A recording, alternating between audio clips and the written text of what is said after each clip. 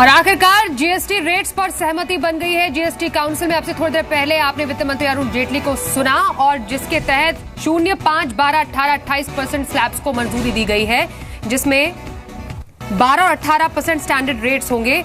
सबसे पहला रिएक्शन लेते हैं टैक्स एक्सपर्ट वे जैन से। वे जी, आपका बहुत स्वागत है जी बिजनेस पर। जैसा कि जी बिजनेस में लगातार दिखा रहा था, 5, 12, 18 और 28% पर जीएसटी रेट में सहमति बनी है। आपका फर्स्ट रिएक्शन?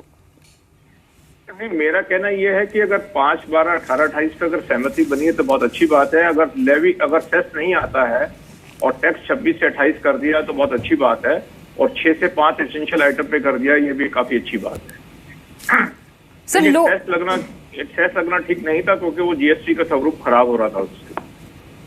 हाँ, मतलब मिस्टर जैन, जो 28% के ऊपर जो सेस लगाया गया है एरेटेड ड्रिंक्स हो या फिर जो लग्जरी आइटम्स है उस पर क्या रिएक्शन है आपका? उससे इंडस्ट्री को कितना फायदा होगा और कंज्यूमर्स पे कितना के लिए महंगा पड़ेगा वो? देखिए क्या है, अगर कोई भी सेस लगता है तो जीएसटी का जो स्ट्रक्चर है, जो प्रपोज स्ट्रक्चर है, वो डिस्टर्ब होता है।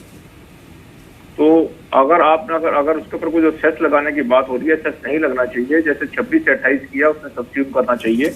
अगर आप जैसे टोबैको की बात हो रही थी 40% में, वो तो एक्सेप्टेबल है आप टैक्स रेट। लेकिन अगर आप एरेटेड वाले में लग्जरी गुड्स पे अगर आप सेस लगाते हैं तो फिर वही समस्या शुरू हो जाएगी जो पहले वैट में आती थी और जो सर्विस टैक्स में और जो एक्साइज में आती थी, क्योंकि आपको उनका सेट ऑफ देना बहुत जरूरी है। तो पास थ्रू करना है जीएसटी के मॉडल को ऑल इंडिया बेसिस पे, तो सेस नहीं लगना चाहिए। नहीं, पर सरकार का जो पक्ष है या जो जीएसटी काउंसिल का पक्ष है, उनका ये कहना है कि उसको अगर कंपनसेट करने के लिए कंपनसेशन के 50,000 करोड़ जो लॉस होगा, जो देना होगा, उसको कंपनसेट करने के लिए सरकार को करीब 1,72,000 करोड़ का एडिशनल टैक्स जुटाना होगा। वो कंज्यूमर्स पे ज्यादा भारी पड़ेगा। और ये जो 4 प्रोडक्ट बताए हैं उन्होंने, जैसे एरेटेड ड्रिंक्स हो या अदर लग्जरी आइटम्स है, इन पे ऑलरेडी 40+ टैक्स लग रहा है। तो अगर 28+ सेस लगे तो वहां उन पे रेट स्ट्रक्चर में ज्यादा चेंजेस नहीं आएंगे। नहीं, आप सेस पर चलाइए ना, टैक्स रेट बनाइए ना। आप देखिए, सेस और टैक्स रेट में फर्क है ना। आप सेस क्यों लगाना चाहते हैं? आप उसको टैक्स नहीं, रेट सेस लगाने के पहले उनका ये भी है कि इसमें सनसेट क्लॉज डाल रहे हैं कि 5 साल के बाद वो ऑटोमेटिकली लैप्स हो जाएगा और हर साल रिव्यू करेंगे वो। और वो जैसा कि मैंने बताया कि काउंसिल का ये मानना है कि टैक्स लगाया जाएगा तो करीब 1,72,000 करोड़ उन्हें एडिशनल जुटाना पड़ेगा टैक्स, क्योंकि उसको रेवेन्यू को शेयर करना होगा स्टेट और काउंसिल सेंटर को। वही तो मैं कह रहा हूँ ना कि आपकी बात है। जो मेन मुद्दा जो आज की डेट में है, आप उसको टैक्स बनाइए कंज्यूमर के लिए और डीलर के लिए, बिजनेस के लिए आप क्रिएट मत कीजिए। आप इंटरनल मैकेनिज्म क्या क्रिएट करते हैं, ये गवर्नमेंट को डिसाइड करना है। क्योंकि सेस लगा के आप क्या करेंगे, अल्टीमेटली सेस को आप उसको सेनवेट नहीं देंगे, क्रेडिट नहीं देंगे। इंडस्ट्री को उसको तकलीफ आएगी उसके लिए। अगर क्रेडिट नहीं मिलता है तो फिर वही कॉम्प्लिकेटेड सिस्टम हो जाएगा जो पहले वाला। तो हम जीएसटी में 1 कंट्री 1 टैक्स की बात करते हैं, हमने ये कहा बार बार कि ये सारी सब सेस लेवीज वगैरह सब्सिडी हो जाएंगी। तो अगेन हमने उस पर्पज को डिफीट कर दिया अगर हम इस बात को फिर सेस लेकर आ रहे हैं। ये तो पहले ही सबको पता था कि सरकार ने जब ये वादा किया है कि कंपनसेट करेंगे 5 साल के लिए, कि वो पैसा कहीं ना कहीं से जुटाना पड़ेगा, और सेंट्रल ने वादा किया। उस समय तो ये नहीं कहा गया था कि हम ये इस तरह से सेस लगा के इसको कनेक्ट करेंगे। नहीं, और अगर सेस लगाती है तो इसका इंडस्ट्री पे क्या इम्पैक्ट होगा? इंडस्ट्री इसे क्यों नेगेटिव मानती है? कहना यह है कि देखिए, आपकी 2 बातें आपको समझनी पड़ेंगी। जब ये एक तो ये कह रहे हैं कि हम सेस लगाएंगे क्योंकि हमें ये 1,72,000 करोड़ रुपए देना पड़ेगा, और ये कह रहे हैं 5 साल के बाद हम इसे हटा देंगे। तो मीनिंग क्या होगा कि 5 साल तक ये सेस लगा रहेगा और ये टैक्स नहीं है।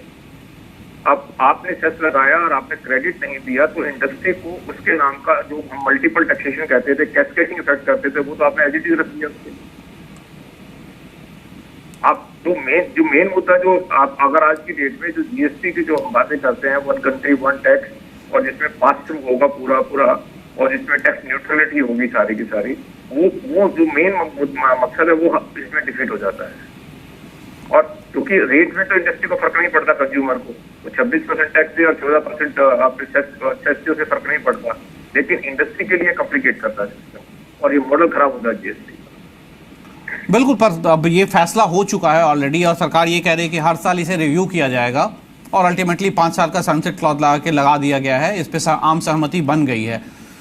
इसको अब इंडस्ट्री के लिए कैसे देखते हैं? अब मतलब अब इसमें बदलाव तो करना नहीं चाहिए था, that I agree with you. Industry को ये सब नुकसान होंगे, लेकिन अब हो गया है। अब इंडस्ट्री के फ्यूचर आउटलुक क्या होगा इस पर? इंडस्ट्री का आउटपुट क्या है? तो इंडस्ट्री अगर सरकार का कानून बन गया तो इंडस्ट्री के पास तो कोई ऑप्शन नहीं है इसको कंप्लाई करने के अलावा। इंडस्ट्री तो मैंने टू फॉलो द लाइन की जो सरकार ने अगर डिसीजन ले लिया है, अगर कानून बनता है तो ये टैक्स लग के आता है तो जो भी आदमी है उसको टैक्स देना ही पड़ेगा, टैक्स लगाना ही पड़ेगा। जी, इनफैक्ट वेद जी आपसे ये भी जानना चाहेंगे आप पूरा इम्पैक्ट इसका आप कब तक देखते हैं, क्योंकि अब जीएसटी दरों पर सहमति बन गई है, इम्पैक्ट इसका क्योंकि अप्रैल 2017 से लागू करने का जो सरकार एक प्रतिबद्ध नजर आ रही थी उसमें एक पॉजिटिव स्टेप इज डेफिनेटली है, इम्पैक्ट आप कब से देखते हैं इसका? इम्पैक्ट तो देखिए अभी से आना शुरू हो जाएगा। अगर ये टैक्स रेट नोटिफाई हो जाएंगे तो इसका इंडस्ट्री के ऊपर इम्पैक्ट देखिए जो भी आज की डेट में, क्योंकि अप्रैल बहुत दूर नहीं है तो नवंबर के महीने में है, तो जो आज की डेट में मार्केट में प्रोडक्ट के ऊपर जो डिफरेंसेस हैं तो वो कंज्यूमर के लिए भी, इंडस्ट्री के लिए भी, मिडलमैन के लिए भी, ट्रेडर के लिए भी, वो सबके ऊपर इफेक्ट आना शुरू हो जाएगा। आपको पता है कि 1 अप्रैल से ये चीजें पे टैक्स रेट कम हो रहा है या ज्यादा हो रहा है। तो जो टैक्स रेट कम हो रहा है उसके लिए लोग वेट करेंगे कि वो अप्रैल में इंडस्ट्री के ग्रोथ ज्यादा बिजनेस किया जाएगा, और जो रेट बढ़ रहा है तो वो लोग कोशिश करेंगे कि पहले उसको कवर अप किया जाए और उसकी खेल आ जाएगी। वो इम्पैक्ट तो इमीडिएटली इसमें आना शुरू हो जाएगा। जी, इम्पैक्ट की बात हुई राजेश जी, इनफैक्ट मैं आपसे ये भी जानना चाहूंगी क्योंकि खुद वित्त मंत्री कहते हैं कि कुछ जो आइटम्स हैं वो 28 से 18% में ट्रांसफर किए जाएंगे। उसके अलावा अगर इंडस्ट्री के लिहाज से देखा जाए तो मल्टीपल जो दरें हैं इंडस्ट्री के लिए क्या मुश्किलें पैदा कर सकती हैं, ये कुछ एस्पेक्ट्स भी जो आने वाले टाइम में हो सकता है चैलेंज पैदा कर सके।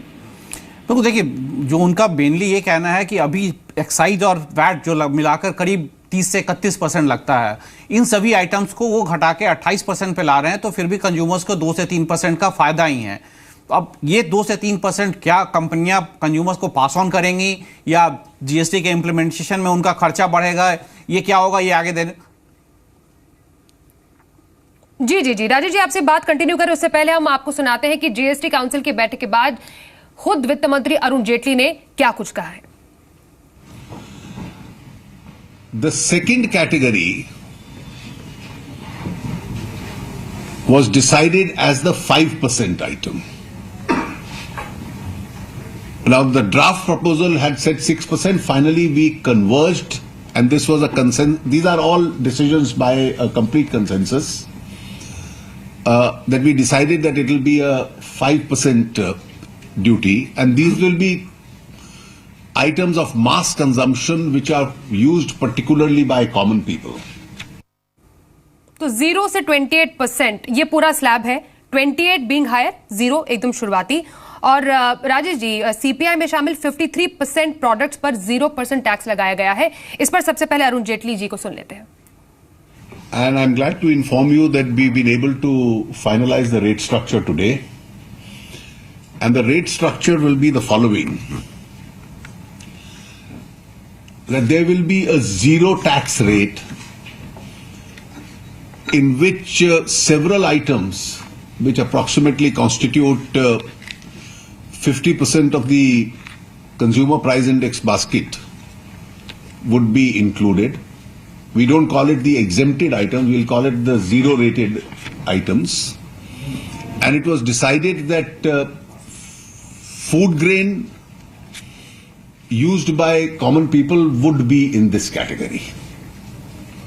So that would be zero rated so that its impact in terms of inflationary pressure on common people is the least.